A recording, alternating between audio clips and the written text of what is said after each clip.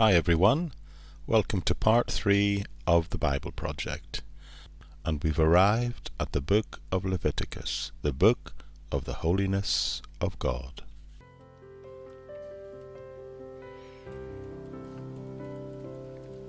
Dr. Joseph Parker, in his introduction to his huge 1906 groundbreaking People's Bible Commentary series, said, "Considering it is embracing the history of just 1 month, this may be the most remarkable book in the Old Testament." In some translations, it's subtitled the Book of Atonement. The title Leviticus once again just refers to the name given it by the Septuagint and simply means pertaining to the Levites.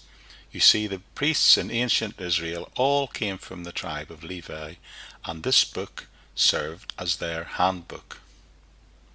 Leviticus chapter 1 verse 1 outright claims that Moses is the author. Interestingly, Jesus also, when he makes reference to Leviticus, attributes it to Moses. And furthermore, it's worth noting that there's general uniform ancient testimony across both Jewish and Christian sources that attribute Mosaic authorhood to the book of Leviticus. Thinking about the recipients, the people to whom the book was written. The new calendar of Israel began with the first Passover, which was described in Exodus chapter 12. The tabernacle was completed exactly 1 year later, and we see that clarified for us in Exodus 40 verse 17. And according to Leviticus chapter 1, the book of Leviticus now picks up the story at that point and takes place in the first month of the second year. The book of Numbers, which follows on for this, then opens saying that it is the beginning of the second month. So, having taken those two things into account, the conclusion of many is that Leviticus takes place over just 1 month. The book was probably written after the children of Israel camped at Sinai. The Exodus generation had been delivered out from Egypt.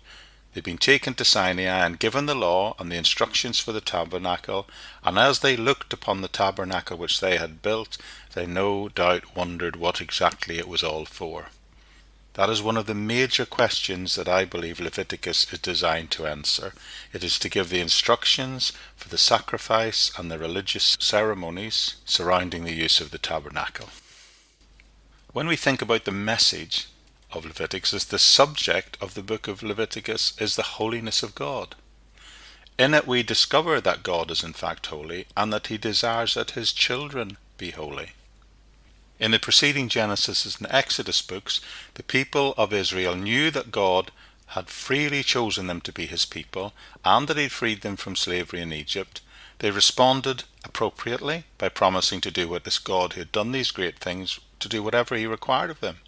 God then joined himself to Israel in a covenant ceremony in which he laid down certain basic principles and then unpacked them with detailed commandments, and the people, in reply, promised unconditional obedience to him. But here now in the book of Leviticus, God goes on to show his people the plans he has for the religious life of the nation that he has set apart to himself.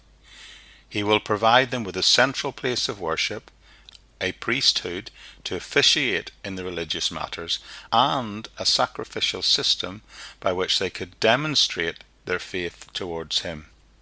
Now, though Christianity today is not part of the Israelite religious system, and Christians are no longer under Israel's law, Romans chapter 6:14 and Galatians 5 verses 1 to 4 confirm that for us. Christians, however, can learn much from Leviticus as they understand those universal and timeless principles that underlie the specific laws given to that one nation for that particular time. It should always be remembered that the law, or the old covenant to which the law belonged, was never meant to be permanent. Its purpose was to prepare the way for Jesus Christ, whose death achieved all that the Israelite sacrifices could do, as well as doing those things that it could not do. The entire sacrificial system outlined here was a means by which God taught people what atonement really meant. It was a further stage in the development of God's plan of salvation, a plan that would reach its fulfillment in Jesus Christ. An obvious and immediate purpose of the Leviticus is to instruct the Exodus generation on how to perform the rituals connected with the tabernacle. At the same time, it must be remembered that the tabernacle was the dwelling place, the very presence of God. So the big issue in this book is not just the function of the religious system, but it's about helping people acknowledge the very presence of God in their lives. So in summary, I would just say that Moses wrote to the Exodus generation to inform them that God gave ceremonial and moral laws to Israel so that they might be set apart unto him for fellowship, which tells us that God is holy and that he desires his people to also be holy, to be set apart, to be sanctified to him for fellowship.